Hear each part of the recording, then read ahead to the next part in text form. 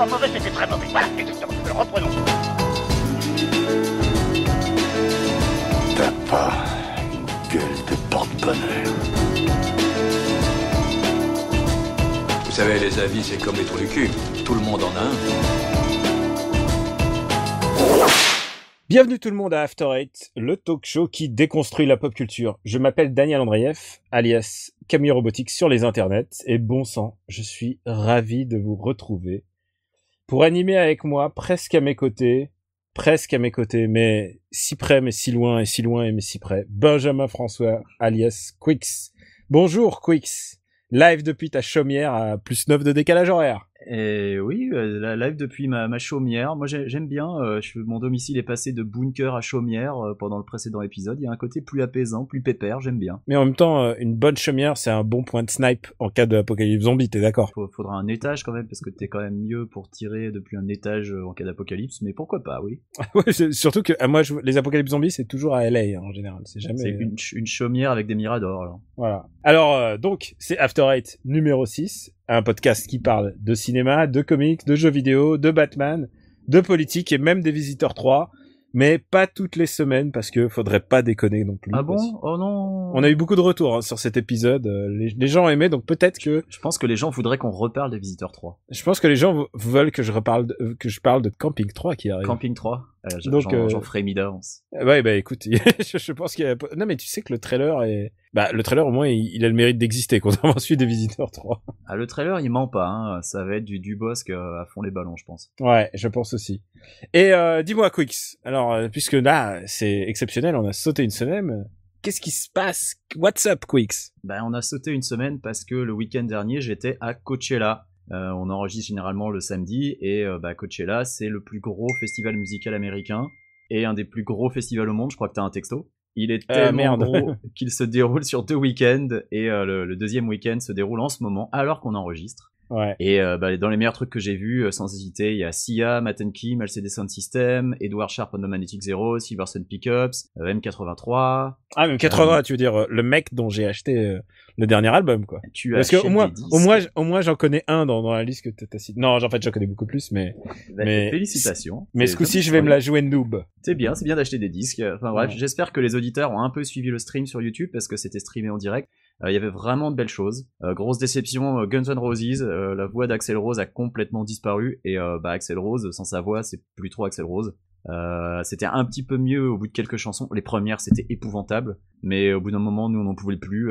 Dire qu'il va partir en tournée avec AC/DC, ça fait un peu peur. Je me demande ce qu'il aura appris. Mais bon, j'ai entendu dire, il y a des gens qui étaient contents, hein. Moi, j'ai lu des commentaires, genre, ouais, mais je pense que c'est l'effet placebo, quoi. C'est un peu ça. Il y a des gens qui ont attendu devant la scène pendant 8 heures, qui se sont infligés des trucs qu'ils avaient pas forcément envie de voir en attendant 8 heures en plein cagnard pour voir Guns N' Roses. Donc c'est vrai que quand tu fais ça, t'essaies de trouver les trucs bons partout où tu peux, quoi. Et il y avait 2-3 trucs. Enfin, Slash, il a fait le boulot et Slash, il était génial. Et c'était vraiment chouette de revoir les Guns dans presque leur formation d'origine, parce qu'il y avait Duff McKagan aussi qui était là. Mais bon, c'était pas glorieux les Guns. Nous on n'a pas tenu. Mais bon, globalement, c'était quand même un super festival et on va en reparler un peu plus en détail lors de notre sujet. Oui, c'est un peu le sujet. Ouais. Je vais en rester là. Et toi, Daniel, quoi de neuf? Ah bah écoute, si tu commences sur la musique, tu me lances. Moi aussi, bizarrement, c'était une saison assez musicale puisque je suis allé à des concerts. Ça faisait longtemps que ça m'était pas arrivé. Et alors, c'est 2 concerts sur une même thématique, à savoir de la musique de la pop culture. D'un côté, je suis allé au concert de Senseiya, les Chevaliers du Zodiaque. Donc la musique orchestrale de Senseiya. Je pense que à ce jour, la musique de Senseiya est le meilleur bande son d'une série de tous les temps, presque. Alors, tu vois, genre. Elle est excellente. Moi, j'avoue, j'ai un fait pour City Hunter, mais celle de Saint Seiya est quand même très très bonne. Celle de Saint Seiya, elle est extraordinaire. Et en plus, de voir ça sur scène avec avec la patate et tout, et qui te refont exactement l'album, mais en version live, ça doit être sympa. Ouais. C'est vraiment sympa. Et de l'autre, et je remercie mon pote qui m'a invité. Mm-hmm. Et de l'autre, je ressors à l'instant, puisque là, à l'heure où nous enregistrons, c'est l'heure de Ruquier le samedi soir. Je sors à l'instant de Distant World, le concert de musique de Final Fantasy en fait. D'accord. Et écoute, je suis surpris en bien en fait, parce que en fait, je vais t'avouer un truc, c'est que je suis un peu un snob. Pour moi, c'était de la musique un peu. Je croyais qu'il allait y avoir un orchestre amateur en fait, tu vois, la ligue des musiciens amateurs. Non, je pense Et qu'ils en prennent fait, des bons, hein. Et en fait, non, ils prennent des bons. Il y a pas de fausses notes. J'ai des petits traumas. J'ai fait quelques concerts comme ça, genre un peu pop et Ouais. de musique classique. Et il y avait des genres clairement des mecs. Tu joues mieux de la clarinette que quoi. Et Merde. donc c'était vraiment agréable de réavoir toutes ces musiques que j'ai perdu l'habitude d'écouter des OST de jeux vidéo chez moi. Ouais. J'écoute plutôt de la musique, enfin des chansons. Bien, J'écoute je te conseille d'écouter Les Démons du Midi sur Radio Kawa, car je redécouvre des jeux, moi, grâce à leur mais tu musique. sais que le pire, c'est quand j'entends les jingles des Mondes Midi, je me dis, ah, mais je connais ce truc. Et en fait, Ah ouais. évidemment, c'est des trucs que j'ai sur mon PC ou simplement j'ai joué, que j'ai encore en jeu. Et ça me fait tout bizarre de pas reconnaître des extraits. Ah, mais parfois, ils passent Qui me des parlent. musiques que moi, je rajoute dans mon Spotify pour me les écouter au boulot. C'est assez ma boule. Des fois, il y a des trucs qui passent qui sont vraiment très très chouettes, même c'est hors du contexte jeu vidéo. c'est qu'ils ont bon goût. Et puis, il faut que j'ajoute un truc, c'est la saison des blockbusters. Ouais. Alors, on a déjà bien discuté de Batman Superman. Ouais. Mais j'ai déjà vu Civil War. Et à l'heure où nous allons diffuser, je pense qu'il va sortir juste sur les En écrans français. En France, ouais. Il sort 2 semaines plus tard aux USA, donc t'as va les falloir boules, attendre un t'as peu. les glandes, Moi, mon j'ai ami bien Quix. les boules, ouais. Je sens que je vais encore me faire spoiler sur Twitter. Et ça le va pas truc, louper. c'est que je me suis dit, je peux pas exactement en parler, en plus parce que ça sert à rien, puisque personne ne sera allé le voir, ou juste des happy few. Toi, tu veux pas te faire spoiler. Je peux juste donner mon sentiment d'ensemble, qui ne sera pas un spoil. Est-ce que c'est mieux que Batman des Superman déjà? C'est mieux que Batman v Superman. Bon. C'est mieux qu'Avengers 2. Ah, ok. C'est moins bien qu'Avengers 1. Ah, c'est moins bien qu'Avengers 1. Ouais. Ah, moi, j'ai bien aimé Avengers 1. Je trouve qu'il y a une J'ai bien vista aimé aussi, très mais- particulière. Ouais, j'ai bien aimé aussi, mais après l'avoir revu, en fait, Et je trouve ça moins bien que Captain America 2, puisque le consensus veut que Captain America 2 soit le meilleur. Bah, Enfin, en tout cas, le plus apprécié. j'ai beaucoup aimé Captain America 2. Voilà. Et c'est parce que c'est les mêmes réalisateurs. Et pour être un tout petit peu plus précis, la fameuse baston dont tout le monde avait peur sur le tarmac Ouais. est vraiment chouette. D'accord. C'est vraiment un très bon moment de cinéma. Et moi, déjà, s'il n'y a qu'une scène qui est déjà mémorable, c'est déjà bien, surtout dans un film de super-héros où, en général, c'est plutôt des Yes Man qui réalisent. Et malheureusement, Spider-Man est réussi quand il est Spider-Man, mais ses origines, puisque ses origines se déroulent dans Civil War, D'accord. sont foirées au possible. Et j'aurai le temps de vous dire à quel point, dans le prochain podcast, ça sera pas After Eight, ça sera After Damage Control, quoi. La bonne nouvelle, c'est que du coup, son film à lui, ce sera pas une origin story, et ça, c'est cool. Oui, voilà. Au moins, ils sont, ouais, mais j'espère qu'ils n'évoqueront jamais ce qui s'est passé dans ce film. Parce que c'est constant. Et il faut que je dise, Aunt May est jouée par Marissa Tomei. Ouais. Et ça va être la première fois que tout le monde va être excité par Aunt May, en fait. Tout le monde va ressortir amoureux de Aunt May. Soit ça veut dire qu'on est déjà vieux et qu'on peut bander pour Aunt May, qui est quand même, pour moi, elle a toujours été une vieille dame de 80 ans. Soit ça veut dire qu'ils ont vraiment pris une bombe et Marissa Tomei, elle a 50 piges, mais elle est tellement belle. Et ça m'a un peu dérangé. Donc, tout ce qui concerne Spider-Man en tant que tel dans le film est très problématique pour moi, et on aura l'occasion d'y revenir. Et alors, du coup, on va passer à notre discussion de la semaine qui porte sur les festivals musicaux puisque maintenant tu es un expert en festival musical. Du coup, on passe de comédie française, chacun son domaine d'expertise. Comédie française, et toi, c'est les festivals. Non, c'est de ce côté qu'il faut regarder. Oyez, sa papaya. Ça vous dirait un ice cream avec mon ami et moi? Casse-toi, sale gominé.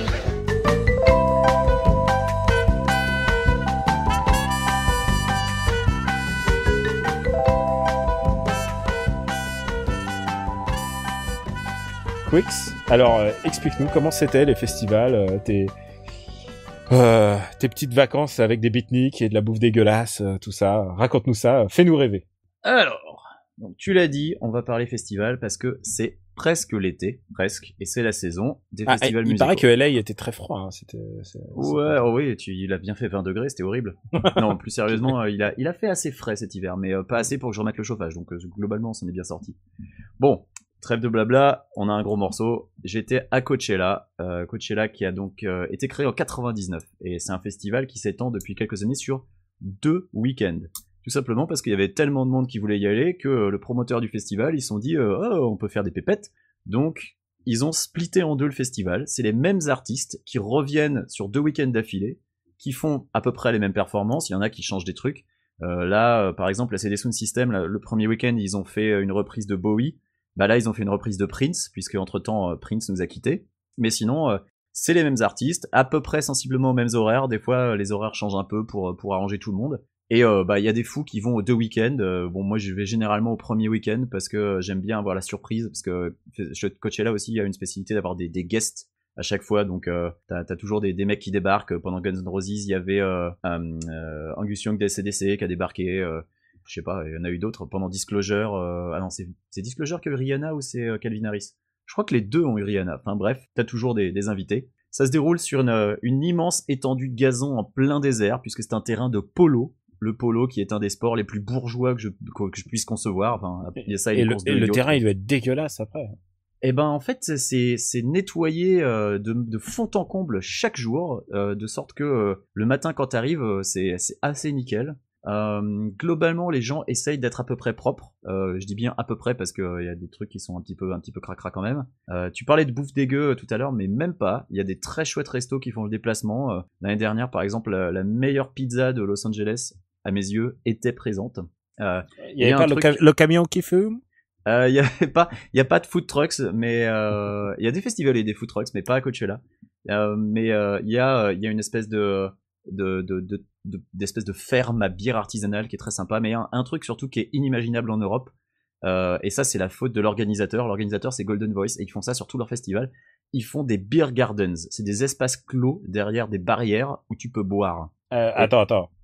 C'est quoi la législation américaine? Tu peux pas picoler où tu veux, c'est ça? Alors tu peux picoler faut que tu montes où pas tu de veux blanche sur certains festivals, mais pas sur les festivals Golden Voice. Les festivals Golden Voice, donc Golden Voice c'est le promoteur, ils ont FYF aussi, ils ont Coachella. Tu récupères un bracelet après avoir montré une pièce d'identité à une certaine cabine, et ensuite tu peux accéder aux zones où tu as le droit de boire de l'alcool, mais tu peux pas partir avec ta bière et aller devant une scène par exemple. Tu peux regarder les concerts depuis les beer gardens, mais c'est tout. Ce que tu es en train de me dire, c'est qu'en fait, tu portes un bracelet non pas pour rentrer dans le festival, mais pour boire du pinard, quoi. Bah du coup, t'as 2 bracelets. T'as le bracelet pour rentrer et t'as le bracelet pour picoler. Celui qui dit c'est grotesque, mais voilà.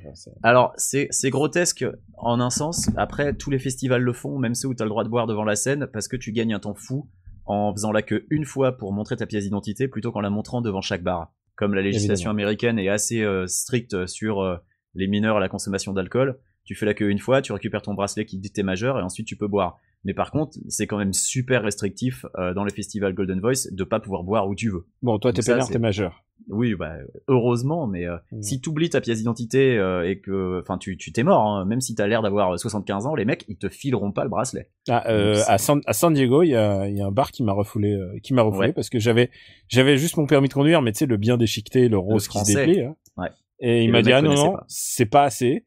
Et j'ai dit mais comment ça, je peux conduire des bagnoles grâce à ça? Et vous voyez bien ma gueule, même si je fais jeune, je fais quand même plus de 30 ans. Et là le mec il me faisait non. Ah oui, je me rappelle de ça. Ouais. Ah oui, enfin, on était ensemble. Ouais. Coachella toujours est un festival qui est assez célèbre pour réunir des groupes qui sont en hiatus ou qui ont tout simplement été dissous. Cette année c'était les Guns, comme on l'a dit dans leur formation quasiment d'origine. C'était LCD Sound System qui avait quand même splitté il y a quelques années. En 2004, c'était les Pixies. En 2007, c'était Rage Against the Machine. On peut citer en vrac d'autres groupes comme Jesus and Mary Chain, Iggy and the Stooges, Portishead, Faith No More, Pavement. Enfin, c'est un peu Billy the Kick aussi, non? Alors, ils sont prévus pour l'année prochaine, je crois. Ah, cool. Attends, cette année, il y avait Christine and the Queens et l'année dernière, il y avait Stromae et Yel. Hein, donc, la France tu m'as en dit force, Pixies. Mec. J'ai vu les Pixies en live. Ça me retourne ce que tu me dis là. J'ai vu les Pixies en live, mais c'était après leur formation à Coachella. Je les avais pas vus avant. Parmi les choses spécifiques au festival qu'il n'y a pas dans les concerts, il y a le camping. Alors à Coachella, le camping, comment ça se passe?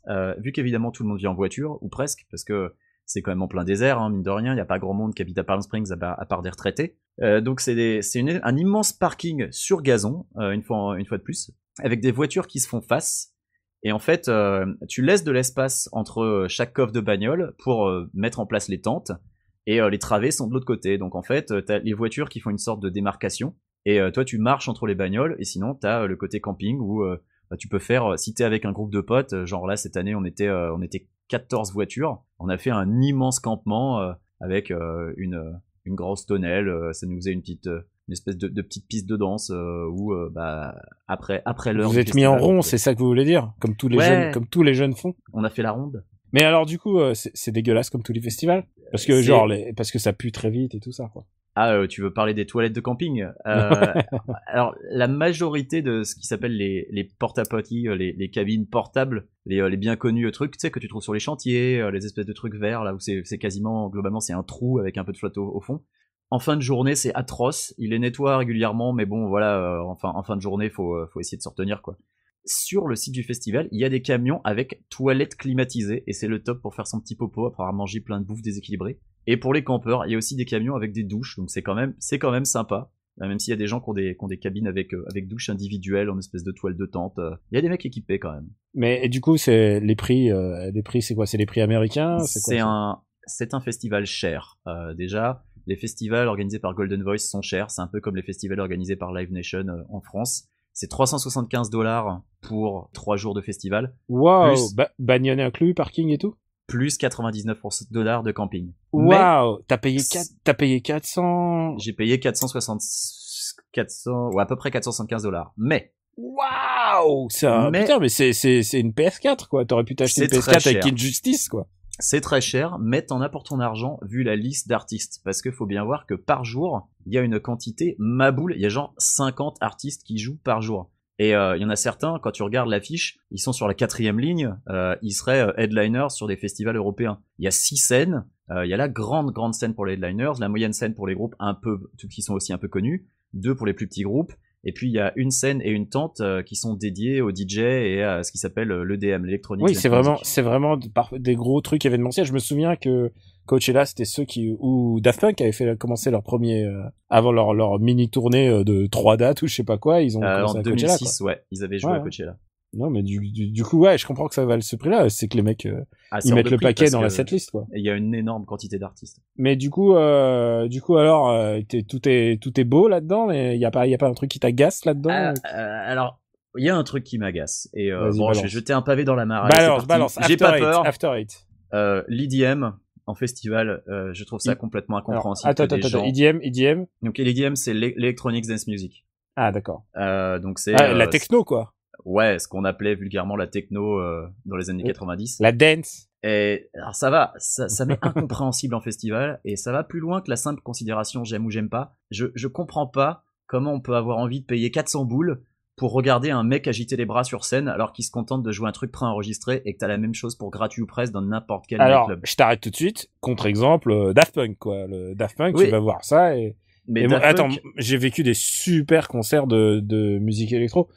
C'est en festival, après on peut faire, je te dirai mon avis là-dessus, mais c'est l'exception qui confirme la règle, parce que si tu veux, moi j'aime la musique électronique, il y a plein d'artistes de musique électronique qui réinterprètent leurs morceaux pour du live, et ça inclut Daft Punk, ça inclut les Chemical Brothers, M83 et d'autres gens comme ça, mais en EDM, quasiment personne ne mixe en live. Et il y a même des DJ de musique électronique, genre Carl Cox, qui critiquent le phénomène parce qu'ils disent, et ils ont raison, que ça donne l'impression que n'importe quel tocard peut le faire. Je crois que j'avais vu Justice en festival, et je crois que ils ont mis le MP3. Hein. Ouais, moi Justice j'aime pas, mais tu vois, l'EDM, c'est mais attends, c'est un festival, hein, tu prends ce que tu as. Hein.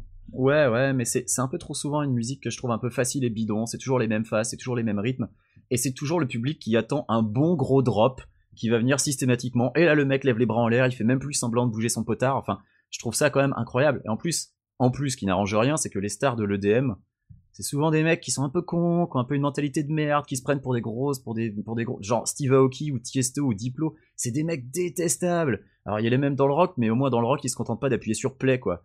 Enfin, pourquoi pas, si tu veux. Moi, ça me dérange pas que des gens aiment de la musique que j'aime pas, mais pourquoi payer $400 pour voir ça en festival? Ça n'a tellement aucun intérêt. Autant un concert où il y a des chorégraphies, tu vois. Les gens qui vont voir Britney Spears en concert, ils le savent que ça va être du playback, mais ils y vont pour voir de la danse, pour voir une performance artistique. Là, t'as juste un type qui saute sur place en levant les bras. Quel est le putain d'intérêt? Mec, tu sais quoi, tu parles à quelqu'un qui a vu Injustice en remplacement d'Oasis à Rock en scène, donc attends, t'as vu Injustice? T'as vu Superman et tout? Pardon, Justice. Putain, Injustice me hante, c'est pas possible. Je le rappelle que c'était mon jeu de convalescence avec Dark tu es fan Souls de 3. ce secret. Oui, j'essaie de finir tant bien que mal. Mais du coup, aux États-Unis, t'as pas fait que Coachella, quoi. Alors, j'ai pas fait. Tu veux pas revenir pour faire Solid Days chez nous, quoi. Mais Ah bah, en pourquoi France, pas, j'entends. alors on va reparler un peu après, mais c'est pas mal celui d'Est. Bon, j'ai fait FYF. FYF, ça s'appelle le Fuck Yeah Fest. À la base, c'était un petit festival punk qui jouait dans des boîtes à Silver Lake. Et c'est devenu une grosse machine, une sorte de Coachella bis sur 2 jours qui a été racheté par Golden Voice, donc le même orga que Coachella, donc avec les Beer Putain, mais Garden. Golden Voice, en fait, c'est Hydra. Mais c'est c'est- Live Nation en fait, mais c'est un peu ça, c'est la même chose. C'est Hydra, c'est genre... Et ouais, depuis 2 ans, ils font le festival sur un site qui est un peu nul et les tarifs ont explosé. Et c'est dommage parce que je peux y aller en métro et ça c'était cool. Mais sinon, j'ai aussi fait le Festival Suprême et le Festival Suprême, ça c'est vachement chouette. C'est Jack Black, donc de Teenage D et l'acteur, qui invite ses potes pour faire pour du rock festif. Et puis des comédiens pour du stand-up et puis pas des inconnus. Enfin, cette année, il y avait Amy Poehler, il y avait Henry Rollins qui est venu pour raconter des blagues. Il y a eu l'année dernière son TJ Miller qui joue dans la série Silicon Valley. Ça dure une journée, le but c'est de rigoler et à part la bière qui est un peu hors de prix, c'est une super expérience et on se marre bien et il y a quand même pas des petits groupes quoi. L'année dernière il y avait Peaches, il y avait Eagles of Death Metal et Teenage D. Cette année il y avait Andrew WK, il y avait The Darkness, Dan Deacon, donc c'était vraiment Putain, super The Darkness existe encore? Putain, et The Darkness existe encore. Ça fait tellement longtemps que j'ai pas entendu ce nom. Il tourne encore aux US. Bon, les festivals d'ailleurs, alors.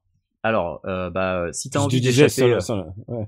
parce que cet été, si tu vas en festival et que tu veux échapper aux insus, Ouais. c'est quand même le nouveau nom de téléphone, hein, les insus portables, c'est la pire blague de l'année, je sais pas comment ils sont Non, emmerdés. d'où ça vient cette blague, attends? Non mais je sais pas comment, je sais pas combien de brainstorming ils ont fait pour trouver ça, genre, les mecs, on était téléphone, mais maintenant la mode c'est le portable, alors nous on est les insus portables. Non, Putain, c'est j'ai pas jamais possible. entendu cette blague et... Eh ben c'est pour ça. Non mais leur nom Ouais. vient de là. C'est ça qui est ma Ouais. boule. Il reste des festivals à l'étranger qui sont super chouettes et un peu moins loin que les US. Il y a Seagate qui est un des plus gros festivals et peut-être même le plus gros festival du monde. Après les mecs ils se battent sur les chiffres donc c'est dur de savoir. Mais Seagate je n'ai jamais eu la chance de le faire mais j'ai des amis proches qui l'ont fait et qui ont des super souvenirs. Je crois que toi tu as fait Pukkelpop. Ouais, Pukkelpop en Belgique, donc au Cavet, comme on dit, Ouais. comme- Alors pour nos amis belges qui nous écoutent. Et écoute, c'était bon esprit, mais c'est un des festivals les plus sales que j'ai jamais vu. Alors je sais pas si peut-être je me suis embourgeoisé avec le temps, mais c'était vraiment crade, quoi. C'est comme si la poubelle c'était le sol. Vraiment, les gens jetaient leurs déchets par terre, quoi. C'était Ouais. horrible parce que du coup, si tu fermais les yeux, t'avais une espèce de mélodie, vraiment une musique de gens qui marchent sur des assiettes et des couverts en plastoc. Et littéralement, t'as l'impression que c'était des criquets, en fait. Tellement c'était crade. Du coup, ça te gâche un peu le plaisir. Ça me gâche beaucoup le plaisir. Et genre, même si c'était méga crade, moi, je faisais quand même 500 mètres pour aller pour aller porter mes trucs à la poubelle. Évidemment, la bouffe était dégueulasse. Ouais. Et, J'ai vu mais des par images contre, de Glastonbury, on aurait dit une décharge à ciel ouvert, ça ressemble Ouais, à ça. mais Pukkelpop, à la fin. ça ressemble à ça. Enfin, à Ah, l'époque ouais. où j'ai fait. Alors après, la Pukkelpop, ce qui est intéressant, c'est qu'ils ont des super setlists. Il y a eu Nirvana, Daft Punk, Daft Punk ont fait un truc. Non, il y a vraiment, en général, il y a des super trucs. Mais après, je vais te dire un truc. Moi, je suis pas un ouf des festivals parce que moi, je préfère voir le truc, le concert consacré. Tu vois, genre. Ouais. Le mec que je viens voir, je paye pour le voir et tant pis pour le reste parce que j'ai envie que le mec il se donne 100% sur scène et j'ai parfois l'impression et j'ai vu ça beaucoup chez les rockers que les mecs se donnent pas à fond quand c'est un festival, surtout en plein air, le son est pas le meilleur possible. Ils mettent le du son coup- à fond pour ça. Comme le son Oui, est oui. pas bon, ils du tournent, coup, ils tournent le volume à je fond. suis souvent très déçu par les festivals. Moi, j'ai fait Rock en scène. Alors, Rock en scène, c'est pour moi le festival maudit puisque une année tu y vas, et j'espérais voir Amy Winehouse. Elle y est pas. Et puis c'était ma dernière occasion de la voir. Tu sais, T'as espéré voir Oasis aussi? Et du coup, je suis retourné je crois que c'était l'année suivante pour Oasis. Oasis, je me suis tapé Justice en long set à la place, genre. Mais c'était pas The Streets qui est revenu, non, à la place d'Oasis? Non, je sais pas, ils ont foutu Street, je sais plus, Street, j'ai l'impression Ou de peut-être que Justice avait joué plus longtemps. Ouais. Mais, Non, mais ça m'a permis de voir plein de trucs cool que j'aime, The Roots, tu vois, enfin Et puis ça fait découvrir des petits groupes aussi que tu connais pas forcément. Genre l'année Parfois- dernière, moi j'ai découvert parfois, ça Glass arrive. Animals dont je suis tombé amoureux immédiatement quoi. Et je crois que le festival le plus cool que j'ai fait, c'était il y a était-ce 3 ans ou 4 ans à New York, j'étais avec un ami et il me dit ouais, je suis à un festival à Brooklyn et en fait, c'est littéralement le quartier de Brooklyn qui est un quartier entier de Brooklyn qui devient un festival et tu changes de rue et il y a un festival ailleurs dans une autre salle. c'est génial parce que c'est vraiment très très varié. Les salles, bah tu découvres des salles incroyables dans Brooklyn, des bars qui tout d'un coup se transforment en concert. C'est vraiment une expérience géniale. Ça se déroulait en juin. Ça vient de me revenir. Tu me prends de court. Je n'arriverai pas à te retrouver le nom comme ça. Mais du coup, tu rentres dans un hall qui ressemble un peu genre à un mini Bataclan. Et tout d'un coup, tu vois un concert du Wu-Tang Clan, quoi. Ça doit être assez charmé, ouais. Et c'est génial. Et c'est Brooklyn au mois de juin, donc t'es en t-shirt et c'était vraiment inoubliable. Un très très bon souvenir. Un très très bon souvenir. Oui, donc oui, tu découvres des trucs. J'ai découvert des trucs à ce moment-là, quoi. Mais tu parlais tout à l'heure de Solidaise. Solidaise, c'est quand même un festival qui est super abordable et ça c'est chouette parce que globalement leurs prix ils sont quand même, voilà, c'est vachement moins cher. C'est pas $400, tu vois. Bon, le problème. Solidaise, c'est quoi? C'est 80 €, non? Alors écoute, moi, tu sais, j'ai Après, quitté la France depuis un moment. Oui, c'est vrai. Non, mais en plus j'ai dit un chiffre indicatif, mais il y a différentes formules à chaque fois, donc c'est pas. Ouais, bah le seul problème de Solidaise, c'est que parfois à la prog, t'as un peu l'impression d'être à un concert des enfoirés parce que ils font appel aux gens qui sont pas forcément super chers, ou alors ils font appel aux copains, mais il y a toujours des trucs sympas à Solidaise, faut piocher. Et la programmation est éclectique, mais c'est pas forcément une mauvaise chose. Sinon, pour les gens qui sont pas parisiens, il y a le Main Square où je suis déjà allé. Est-ce que tu es déjà allé au Main Square à Arras? Non, du tout. Alors le Main Square, c'était vraiment super chouette quand c'était sur la Grande Place à Arras, à côté du Beffroi. C'est vachement moins chouette depuis que c'est dans cette espèce de caserne avec du gravier qui fait mal aux pieds, et surtout ça devient beaucoup trop cher parce que c'est un concert qui est organisé par Live Nation. Donc Live Nation, c'est le Golden Voice français. Bon, ils autorisent à boire de la bière où tu veux. Mais et la prog cette année est affreuse. J'ai regardé un peu le line-up, je le trouve vraiment pas terrible. Bon, après c'est les goûts, hein, mais il y a, je sais pas ce qui se passe avec le Main Square, mais cette année franchement moi je passerai mon chemin. Il y a les Vieilles Charrues que j'ai fait plusieurs fois, notamment parce que j'habitais Carré à l'époque, c'était en 99, ça date un peu, mais c'est un festival qui est bon enfant, public familial. Je sais trop de choses de ton enfance maintenant. Non mais moi j'ai pas peur, moi je me livre. La prog est super éclectique, parfois défaillante, mais il y a toujours une chouette ambiance aux Vieilles Charrues et c'est vraiment agréable. Et là aussi pareil, il y a des prix qui sont quand même plus abordables que le Main Square notamment. J'ai jamais fait les Eurokéennes, j'aurais bien aimé. Est-ce qu'il y a un festival que, même si tu préfères les vrais concerts, est-ce qu'il y a un festival que tu aimerais faire, toi? Bah, pas les Eurokéennes de Belfort, parce qu'à chaque fois je pense à Chevènement, moi, mais moi, à chaque fois, je pense qu'il pleut et que ça se termine dans la boue totale, et je pense que ça doit être un super trip. Tu sais, en fait, moi, c'est pas tant les festivals que j'ai envie de faire, j'ai plutôt envie de faire les grands concerts, quoi. Genre les stades ou les machins que j'ai pas fait. Et genre, j'aimerais bien faire un concert au Budokai à Tokyo. Parce que ça doit être une ambiance très particulière, en fait, pour que j'explique aux gens. C'est que les concerts au Japon, la fosse est numérotée. Et genre, il faut voir ça pour le croire. Les gens bougent comme des robots. T'es assis en fosse ou quand même pas? Non, t'es debout en fosse, mais c'est numéroté. Mais parfois, ça dépend, hein, ça peut changer. Parfois, j'imagine, tu peux être debout, mais la fosse c'est numéroté. Ça paraît incroyable. Et les gens bougent comme des robots en rythme. C'est genre, c'est comme des supporters, mais dressés pour faire les gestes homologués. Et j'ai une amie qui était au Red Hot Chili Peppers, elle m'expliquait, elle était ouf des Red Hot. Et à un moment, c'était la fin de la chanson, et elle s'est laissée emballer par le flow, et elle s'est levée en faisant wouh. Et c'était la seule de la salle à le faire. Et les gens derrière elle lui ont dit de s'asseoir, tu sais. Non, mais genre, quand t'es le seul à faire ça, t'as un moment de malaise. Et tu te sens un peu seul, ouais. Au Japon, les salles, tu sais, c'est genre, ils applaudissent et chanson suivante. Ils applaudissent, chanson suivante. T'imagines faire un concert comme ça, genre, les Red Hot, quoi. Ah non, mais j'imagine, je me suis déjà fait engueuler en festival parce que en sautant, j'étais retombé sur le pied du mec à côté de moi à un concert rock, alors j'ose pas imaginer au Japon. Attends, moi, j'ai fait des fausses, et je m'amusais à, les Red Hot, tiens, je m'amusais à tirer sur les cardables des enfants. Sans pitié. Non, alors, on va aller voir Baby Metal au Budokai, alors. Oui, ça sera super. Rendez-vous est pris. Et toi, t'as encore des envies, de festivals? De festivals musicaux, je t'ai dit, les Eurokéennes, si je reviens en France à l'occasion, mais, ouais, je pense que je vais retourner à Coachella l'année prochaine parce que j'ai quand même, ça fait 2 années de suite que je prends quand même un pied assez phénoménal. Et même si la prog est faiblarde, l'année dernière, tu vois, la prog était pas forcément super, mais du coup, je suis allé voir plein de petits groupes et c'était vraiment super sympa et super ambiance.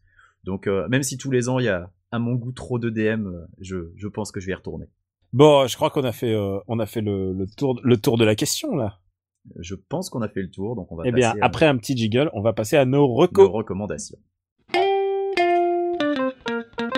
Le bois ne rend pas les coups.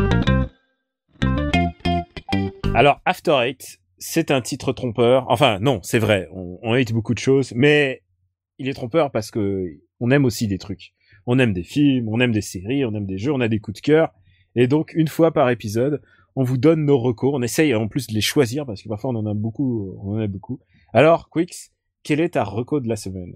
Enfin, de l'épisode, puisque je serais tenté de dire. Ma recommandation, c'est Master of None de et avec Ansari, qui est connu pour son spectacle de ses spectacles de stand-up, et la série Parks and Rec. C'est un peu son Louis, pour ceux qui connaissent la série de Louis C.K., au sens que c'est certainement biographique, mais sans le dire.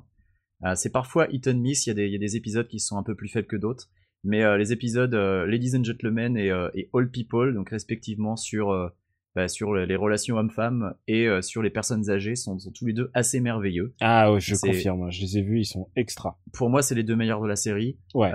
C'est pas toujours drôle au sens que c'est un peu une fausse comédie, et là encore c'est comme Louis. Louis a des épisodes, des fois tu rigoles pas du tout. Ah, tu grinces les dents, ouais. Et là c'est pareil, voilà. Il y a certains épisodes qui ont été écrits par le regretté Harris Beatles, qui est décédé en 2015, et c'était un des auteurs de Parks and Rec, et il y a un hommage à Harris Beatles à la fin de la série. C'est joliment réalisé, c'est très chouettement illustré musicalement. Bref, c'est une bonne série Netflix, et je pense que c'est dispo sur Netflix France, il n'y a pas de raison. Ah non, Netflix, dès que c'est Netflix, c'est sûr que c'est dispo dans le monde entier. Voilà. Et c'est valable aussi pour Marseille, la série qui est la série. Et qui sera peut-être une de nos prochaines recos, je sais pas. Ah, tu l'as regardé ou pas? Ah, moi, je vais absolument regarder, tu rigoles. Une série Netflix avec Depardieu.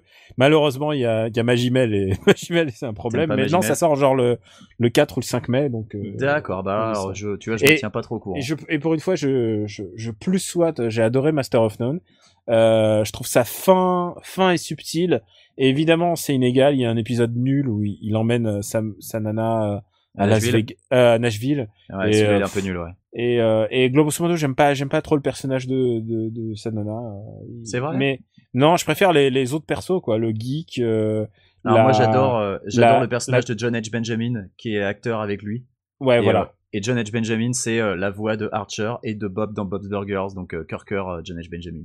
Ouais, non, super. Et puis la nana aussi qui est super, la noire. Sa copine lesbienne. Ah ouais, la copine lesbienne. Ouais. Et elle est vraiment super.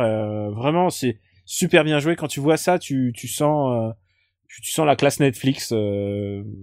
Et c'est plus intéressant, je dirais, que Love. Je sais pas si tu as vu Love. J'ai pas regardé Love. Bah écoute, regarde Love, on en parlera. Love. C'est pas ma... Ah, mais je vais parler de Love, tiens. Eh ben, alors ça tombe bien, c'est l'heure de tes recos, parce que comme j'ai beaucoup parlé pendant le sujet sur les festivals, je crois que tu as plusieurs recommandations. Ah bah écoute, je peux rebondir sur plusieurs trucs. D'abord, Andy Zanzari, j'ai son bouquin dans mon sac, c'était mon bouquin de convalescence que j'ai pas eu le temps de finir, mais je trouvais ça pas mal pour ce que j'en ai lu. Mais là, tu m'as lancé sur Love. Alors Love, c'est pas une série que je recommanderais per se, parce que c'est Judd Apatow, pas au meilleur de lui-même. C'est une production Apatow. Moi, je suis déjà pas fan d'Apatow à la base. Non, mais attends, il a fait de grands films, et moi je trouve que c'est ce qu'il fait aujourd'hui. J'ai pas aimé. Non, mais oui, moi j'adore. Funny People est pour moi un des films les plus drôles du monde. Ah, j'ai pas vu. Mais ces 2 premiers tiers sont les plus drôles du monde, mais je trouve ça extraordinaire. Et là, je sens que Judd Apatow en ce moment, il est, c'est-à-dire, il a moins de choses à raconter, quoi. Il est dans le creux de la vague, là, tu penses? Non, mais comme tout humoriste, il arrive à un certain moment où soit il tourne en rond, soit il faut trouver de nouveaux sujets, et les seuls sujets dont parle Judd Apatow pas trop mal, c'est de ses gamins, quoi. Mais moi, je m'en fous de ces gamins, qui sont d'ailleurs maintenant des fils des gosses de riches, qui sont d'ailleurs la petite joue dans Love, sa petite fille joue une enfant star dans Love. Et Love, justement, c'est très inégal. Je vous invite à regarder si vous aimez les séries où on déteste les personnages. C'est pour ça que c'est une recommandation un peu spéciale. Moi, un épisode, je déteste le mec, j'ai envie de lui foutre des rousses, j'ai envie de tirer une balle dans la nuque tellement je le hais. Et à un autre moment, je déteste la fille, un épisode sur 2, et je sais pas comment ils arrivent et si c'est voulu, mais j'ai aucun attachement au personnage. Et pourtant, j'ai regardé ça avec presque plaisir. et des moments où j'avais envie de hurler devant mon écran tellement les personnages étaient bêtes, quoi. Et ils donnaient pas envie, et c'est pas du tout la démarche d'Apatow, et j'ai l'impression qu'il a deux démarches. C'est qu'au cinéma, il fait en sorte que les gens aiment ses personnages, et à la télé, dans ses productions, j'ai l'impression qu'il veut qu'on les déteste. C'est ce qui arrive dans Love, c'est un peu ce qui arrive dans Girls, dans beaucoup d'épisodes de Girls, où t'as envie de les baffer. Ah, je savais même pas qu'Apatow bossait sur Girls, tu vois. Bah, c'est une prod Apatow, avec Lena Dunham. Et par contre, si tu veux, je suis cruel parce que c'est quand même un mec que j'adore. J'ai écouté aujourd'hui même le podcast qui s'appelle Nerdist. C'est vraiment, si vous aimez les podcasts US, vraiment Nerdist, c'est vraiment c'est vraiment un podcast très très chouette. Abonnez-vous d'abord. C'est un des plus gros podcasts US, hein, on peut le dire. Abonnez-vous Nerdist d'abord est archi connu. Abonnez-vous d'abord à After Eight, bien sûr, mais essayez Nerdist. Nerdist, ils ont des invités, c'est la classe américaine, quoi. Ils ont. Ah non, mais ils sont tellement énormes qu'ils peuvent inviter qui ils veulent. Dans le dernier, ils ont Jessica Chastain. Enfin, ils avaient Sam Rockwell. Ils avaient J.J. Abrams. Enfin, ils ont Josh Brolin. Enfin, vraiment, ils en ont. Et Apatow est David Duchovny pour toi aussi. Ah putain. Samantha Bee, ta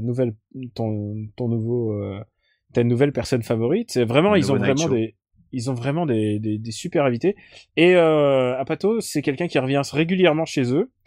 Et je trouve hilarant en podcast. Il est vraiment drôle. Donc je me demande si le futur de sa vie, à part faire des films où les gens parlent, parce que c'est un peu son style, quoi. Si son avenir, ça serait pas plutôt de faire de la discussion comme Kevin Smith, quoi. Il va faire podcaster. Bah, tu vois, Kevin Smith, j'ai l'impression qu'il a tout donné et que maintenant il est un peu grillé en termes d'écriture cinéma. Et maintenant, bah, il fait des discussions et il fait 2 heures de discussion devant des étudiants et les gens payent pour venir voir ça. Tu sais quoi enfin... un jour, on fera un sujet sur les mecs overhypés et on parlera de Kevin Smith. Il a eu son heure de gloire, hein, quand même. Mais ah ouais. Ouais, mais alors, si tu me lances sur les comics de Kevin Smith, ils sont sans doute les pires choses imprimées sur papier. Oh là là. On en parlera. On fera un sujet sur les mecs overhypés. Ok, si vous voulez un sujet sur les mecs overhypés, écrivez-nous. Le rendez-vous est pris. Et là, maintenant, ma dernière reco va aller à quelque chose qui est pas overhypé pour rien. C'est Wonder Woman Earth One de Grant Morrison et Yannick Paquette. Alors Grant Morrison, c'est un génie du comics. C'est un auteur extraordinaire. C'est un mec visionnaire. C'est un mec qui arrive à donner une âme à ce qu'il écrit, à donner du sens, de l'intelligence à ses récits. Et là, il réécrit les origines de Wonder Woman. C'est un retelling des origines de Wonder Woman. C'est un Elseworld. Non. C'est pas Earth One, normalement. C'est Earth One. Mais là où c'est très intelligent, c'est il réécrit des origines, mais basé sur les premières histoires de Wonder Woman qui étaient très différentes de ce qu'on connaît. Juste pour un jour on fera un podcast précis sur Wonder Woman. Écrivez-nous si vous voulez un podcast sur Wonder Woman. Faudra me laisser le temps de connaître un peu mieux le personnage parce que je la connais assez mal. Alors que moi tu me lances. Donc Wonder Woman en fait est un personnage né de l'effort de guerre de la Seconde Guerre mondiale. Ça se voit à son costume, elle porte des étoiles, enfin elle a le drapeau américain littéralement. Elle a le drapeau américain sur le corps. Ouais. Et c'est un personnage patriotique né de la Seconde Guerre mondiale, mais aussi qui est un personnage bondage, un personnage qui parle de pouvoir, d'asservissement, pas d'asservissement, mais plutôt de soumission. Et si vous lisez les comics originaux de Wonder Woman, il y a des comics entiers où elle se fait attacher littéralement. Je crois que le record c'est 45 fois dans une même BD. Non, mais c'est incroyable. Sur 30 pages? Sur 30 pages, ouais, sur 30 pages. Non, c'est incroyable. Tu n'imagines pas, et c'est très, alors le créateur de Wonder Woman est un génie, hein. C'est trouver 45 raisons de l'attacher en 30 pages, je confirme. Oui, non, le génie. William Moulton Marston, pardon, qui me pardonne, est un vrai génie, mais aussi un visionnaire, et c'est aussi quelqu'un qui vivait dans une sorte de ménage à trois, et sans doute, sans aucun doute, Wonder Woman est le mélange de ces deux femmes qui ont été les femmes de sa vie, et c'est un psychologue. Il a fait énormément de choses. Je vous invite, son Wikipédia est absolument incroyable, puisque c'est celui il est le créateur du test de pression sanguine du sérum du détecteur de mensonges, quoi. Ah d'accord. Tu te rends compte la tête du mec. Donc pour en revenir me lancez pas, sinon il faut en faire un spécial. Ouais, non, mais on fera un épisode spécial. Mais Wonder Woman, c'est quand même une icône féministe, donc j'imagine que le fait qu'elle soit attachée, c'est pour montrer qu'elle elle se détache d'elle-même et elle. C'est ça qui est extraordinaire avec ce comics, c'est que ce comics, c'est un comics que tu ne peux pas compiler des pages et les montrer sur un article. Tu ne peux pas en faire un Tumblr parce qu'en fait, si tu prends n'importe quelle des pages, en dehors de son contexte, tu peux être extraordinairement dérangé. Il y a beaucoup de personnes, hommes et femmes en laisse, il y a des gens soumis, mais il y a beaucoup d'amour aussi, et c'est très bizarre. Et c'est ça qui est le miracle de Grant Morrison, c'est qu'il arrive à donner une forme de cohérence avec le monde d'aujourd'hui et expliquer pourquoi Wonder Woman, pourquoi Diana quitte son île, son Paradise Island, une île incroyable pour aller aux États-Unis, et donc il réinvente Steve Trevor. Vraiment, il lui insuffle une nouvelle vie, et c'est assez rigolo parce que grosso modo, il modernisait Paradise Island, qui est une île de science-fiction, lesbien et bondage, quoi. Je croyais que c'était l'île où on écoutait DJ Diabolica à la radio, mais tu ne me lances pas. Mais du coup, c'est magnifique. Alors pour revenir vraiment au comics, c'est magnifique. C'est dessiné par Yannick Paquette. Yannick Paquette, qui est quand même pas un manchot. Ah non. Chaque planche est extraordinaire, et de recherche et de finesse. Mais c'est aussi un comics un peu dérangeant parce que ils interrogent sur le féminisme et sur la soumission, le rapport de pouvoir et le rapport du SM. Hein. C'est aussi est-ce que celui qui est le pouvoir, c'est celui qui se soumet, puisque il y a vraiment une vraie questionnement, pas sur le SM, mais sur la problématique du SM dans la vie de Wonder Woman. C'est génial, c'est beau, c'est passionnant. Et ça vaut le coup d'être lu, même si on peut évidemment discuter beaucoup de choses dessus, mais c'est à lire. C'est vraiment c'est passionnant, c'est beau, vraiment un comics comme on en voit très très très rarement. Bon bah là, avec tout ce que t'en dis, je vais être obligé de jeter un œil. Est-ce qu'on a besoin de connaître le personnage de Wonder Woman pour apprécier? Non, absolument pas. C'est ses origines, les origines de son île, et comment elle va prendre goût à quitter son île, comment elle va, ce qui va lui donner envie de quitter son île, son Paradise Island. Comment elle s'émancipe, en fait. Comment elle s'émancipe. Et c'est ça. Et là, tu touches, tu crois pas si bien dire.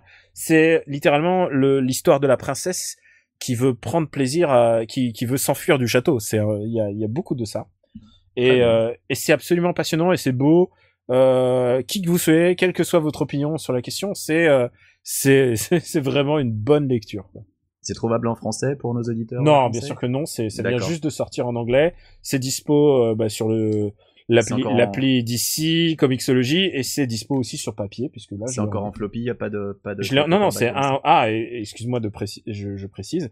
C'est un one shot. C'est un graphic novel directement. Ah d'accord. Très bien. Wonder Woman Earth One. Donc tu vas payer tes 20€, mais alors ce sera 20€ de pure beauté. De bien dépensé. Bon. Morrison et Yannick Paquette. Donc, merci. C'est vraiment, si All Star Superman a été le mot définitif de Grant Morrison sur le personnage, si Batman, si son long run de Batman a été vraiment, son amour, sa déclaration d'amour pour Batman, ça, c'est vraiment la preuve à quel point il comprend les personnages. Et il comprend ce qui faisait la classe de Wonder Woman. Le jour où ils ont enlevé tout le bondage et tout ça, c'est devenu un personnage beaucoup moins intéressant, et d'ailleurs les ventes se sont dégringolées. Il a fallu attendre des années avant qu'ils réinventent le personnage. Eh ben, écoute, on fera peut-être un spécial Wonder Woman, même si t'as déjà presque tout dit. Oh non, crois-moi bien.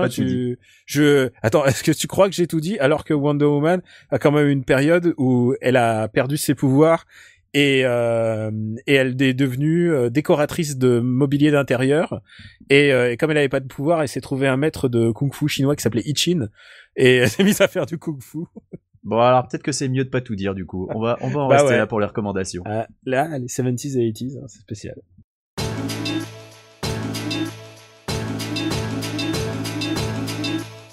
Et voilà, le 6e épisode d'After Eight se termine ici. C'est la première fois qu'on a sauté une semaine dans la diffusion, histoire que Quicks aille danser avec les beatniks en buvant de la bière homologuée, puisqu'il a plus de 21 ans.